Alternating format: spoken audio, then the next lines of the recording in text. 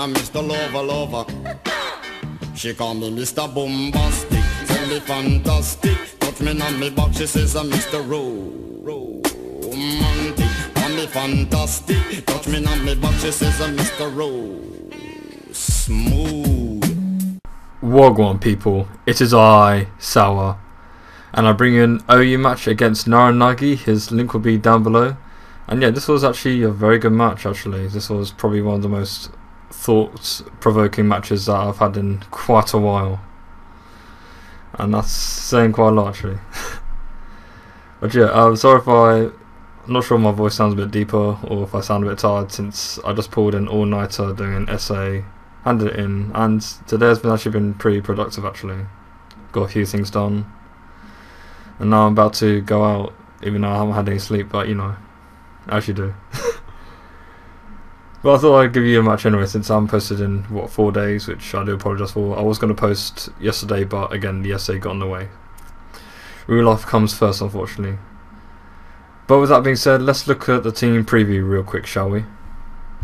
So, as you can pretty much guess, we're using almost identical teams, except I have a Latias, Nagi has a Jirachi. Now this was taking the time during that the Scum Tran Gastro core was pretty popular, so that's why we're both rocking that, as it counters all of the weather. So for possible leads, he has quite a few actually. You could lead with Skarmory, Jirachi, Heatran. So I'm thinking that I'm probably just going to lead off Skarmory, since I want to get as much hazards as possible. Big threats right now that I'm looking at is really just Reuniclus, as it can, well, if it's the last Pokemon standing, then I'm not going to get through at all. So Latias needs to stay alive. There'll be a pretty big key in trying to beat Nagi. Jirachi may give me a few problems, but that's fine. But that's really the only thing I'm worried about. As long as I also get a Gastrodon Toxic, that would be most appreciated basically. So yeah, without further ado, let's get on with the show. So as you saw from the team preview, he does decide to live with Heatran, which is okay, since I know that he has the air balloon telling me that he will probably carry the earth power, as it's a probably more offensive variant. I decided to stay in to think that he'd probably go for the stealth rocks, but he doesn't. But that's fine, since Skarmory is kind of death fodder right now, as I'm going to go for the first layer of spikes, then predict him to go for the stealth rocks, predicting my switch, and go for my second layer of spikes, and now I'm just going to leave Skarmory in to die, which is fine, since I want to play a bit aggressively right now, since I need Jirachi to be as low health as possible with the entry hazards. Now here I'm going to try and provoke a double switch into Skarmory, which is why I go to Conkeldurr and then switch out into my Heatran, but he decides to stay in, predicting that, but probably not into my own Heatran anyway. Now me not popping that balloon is absolutely essential. I hope you guys will realise that at the end of this match, but you'll see how big that comes into play. As like I said before, I know this Heatran probably will carry the earth power, which is why I'm going to switch out into my Gastrodon. Nagi takes this opportunity to switch out into his Reuniclus just to take the Scald, or if I want to try and predict his Gastrodon switch into the Toxic. But he sees this opportunity to start setting up so early in the game, so what I'm going to do now is switch into my Latias and proceed to get into a bit of a calm mind war with this thing, since this Latias does have Roar, so basically I usually win against most Reunicluses. Although Nagi still has a perfectly healthy Jirachi, I still want to get into this calm mind war just so I can dent anything as hard as possible with possibly a +5 Dragon Pulse, I believe I am at. As he does get forced out into his Conkeldurr, I don't have any special attack EVs into this Latias, as it's max HP and max speed, so for what it's worth I think the damage was pretty decent at least. As he does go for payback, I knew I could live one at least, which is excellent. Nagi decides to leave his Conkeldurr in as death fodder, seeing as he doesn't really want to take any of his other guys to take the Dragon Pulse. As he's going to switch into his Skarmory, seeing as I'm got a bit of pressure on him now, he's forced to whirlwind me out, so he says he can't risk going for a layer of spikes, as that Dragon Pulse does quite a lot, seeing as it is resisted. As he whirlwinds me out into my own Conkeldurr, Tim Taylor.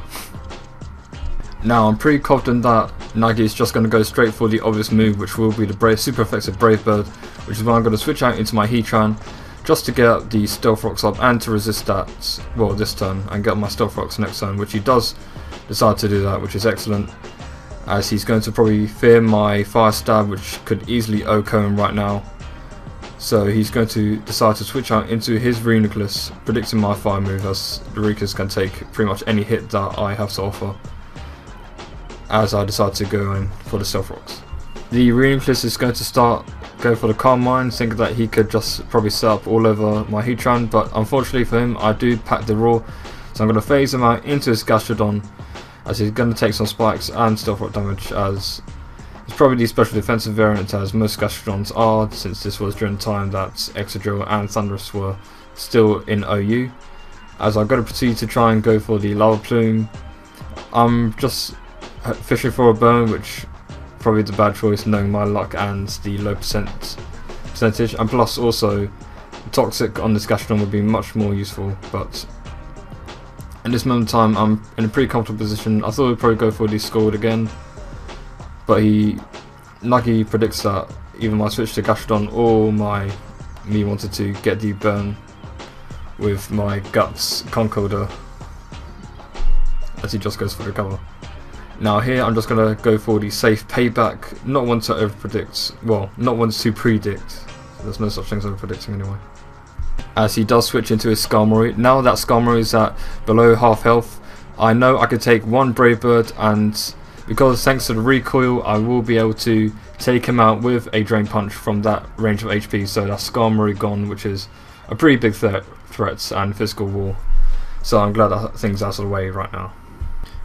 Now here is where it gets pretty scary for me actually, since he brings in the Reuniclus.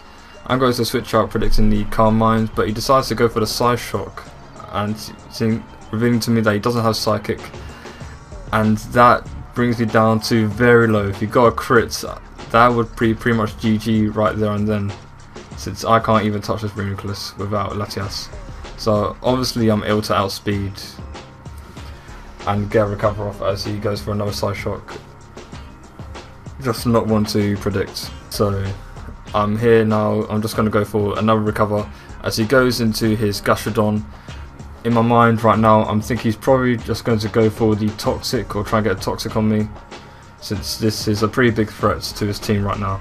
So thinking that he's going to go for the Toxic, I'm going to switch out into my Conkeldurr so I can get a free Guts boost, and let's see what happens. Yes, that is exactly what happened. So I'm going to get Toxic. Thanks to my Guts, my attack is now 1.5, and I'm looking pretty threatening right now.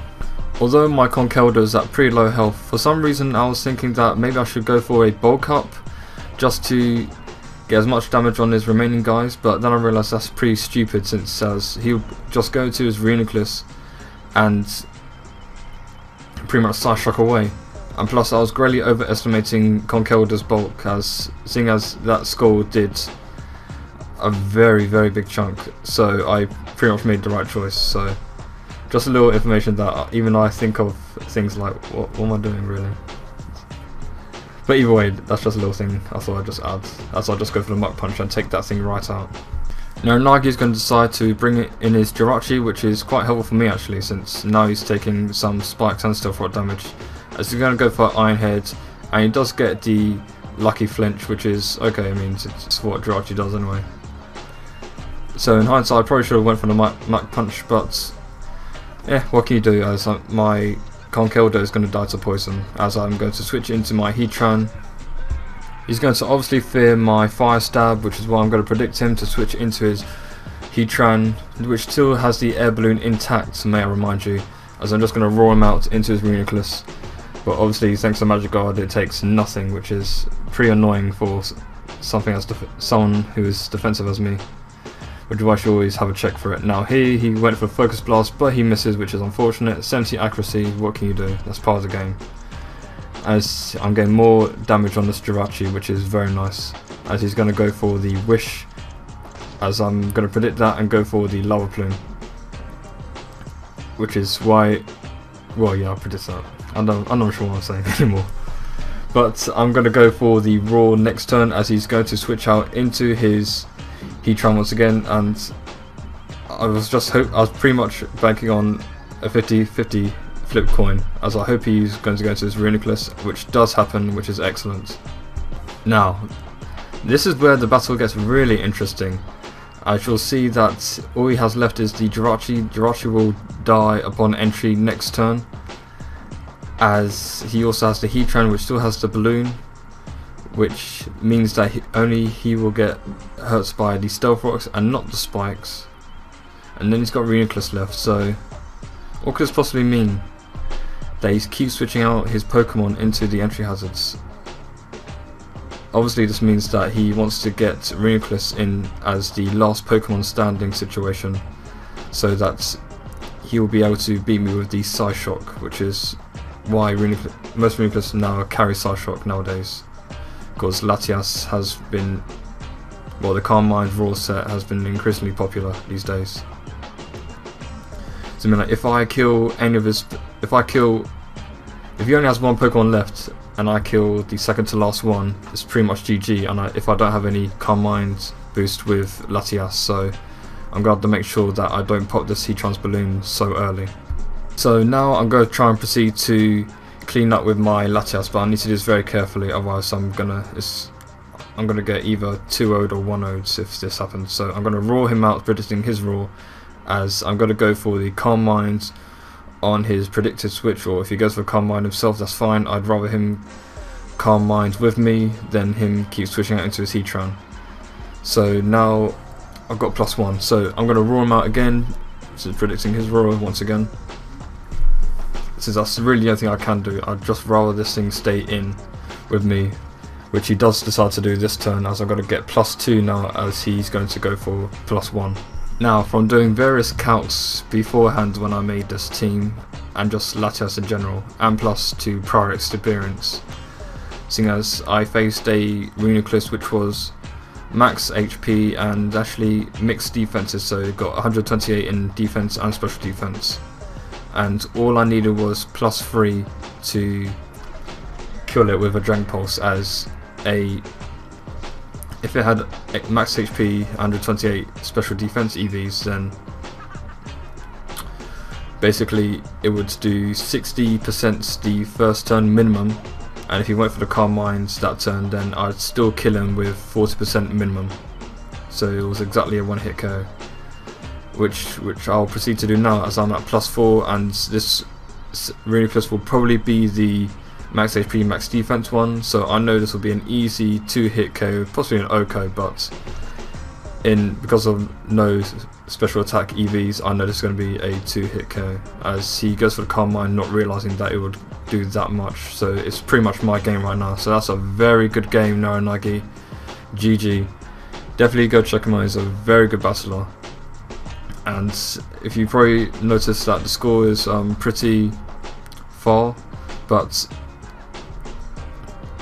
I don't think that it's pretty much quite easy to get a high score if you're playing stall. I mean, since I play stall for since Gen 4, and really score for me doesn't matter, it's the plays that you make. So this was better than most of the games I've had prior to this, since this was taking time during my kind of slump for good battles. But in any case, once again, very good game, Naranagi. His link will be down below once again, you should definitely check him out, he's a great guy. And yeah, like, comment, subscribe, and I'll catch you guys on the other side. Sorry if this was a bit tiresome, I am tired after all. Peace out.